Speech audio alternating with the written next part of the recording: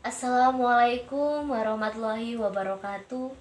Hadirin yang berbahagia, izinkan saya menyampaikan sebuah pidato tentang pentingnya vaksinasi untuk menghadapi pandemi COVID-19 gelombang 3. Hari ini kita masih berada di situasi pandemi COVID-19 seperti tahun sebelumnya. Kita juga bisa melihat banyak korban yang berjatuhan karena corona ini. Tak jarang korban tersebut adalah keluarga, kerabat, teman, tetangga, bahkan orang yang kita cintai menjadi korban virus ini. Wabah COVID-19 ini sudah menyebar di berbagai negara di dunia.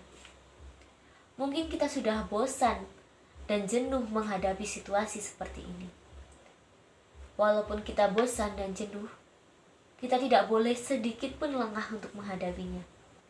Karena ketika kita lengah sedikit pun, maka pandemi COVID-19 di Indonesia akan semakin meningkat dan semakin menyebar luas.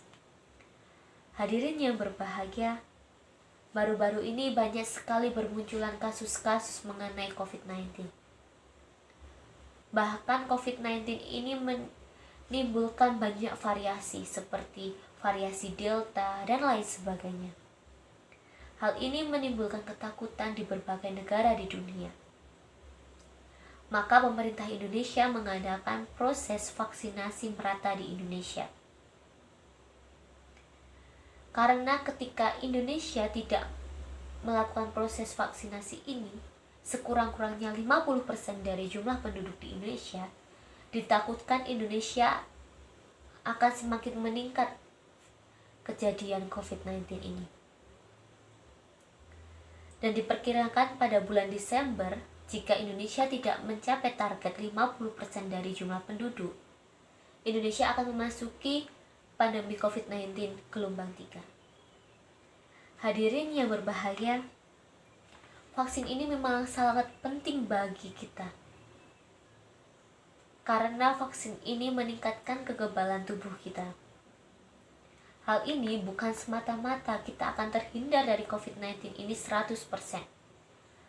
Karena vaksin ini hanya meningkatkan kekebalan tubuh kita, bukan menghanguskan COVID-19 ini.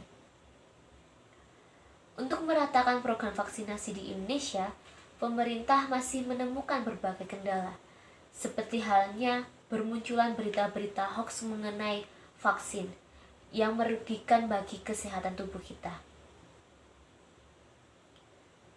Banyak di luar sana, masyarakat di Indonesia masih mempertanyakan kehalalan vaksin.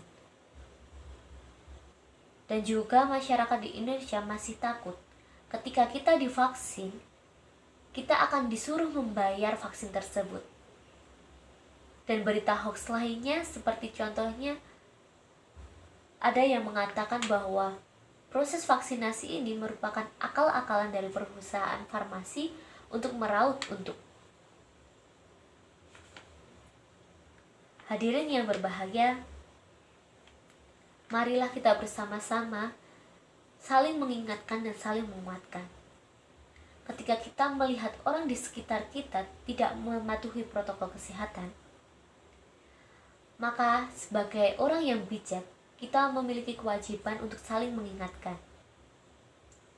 Jangan segan dan jangan takut. Sebab melanggar protokol kesehatan ini akan membuat kita semakin lama dalam kondisi seperti ini. Hal ini juga mengingatkan kita bahwa kita harus bekerja sama saling mengingatkan orang-orang yang takut akan vaksinasi ini.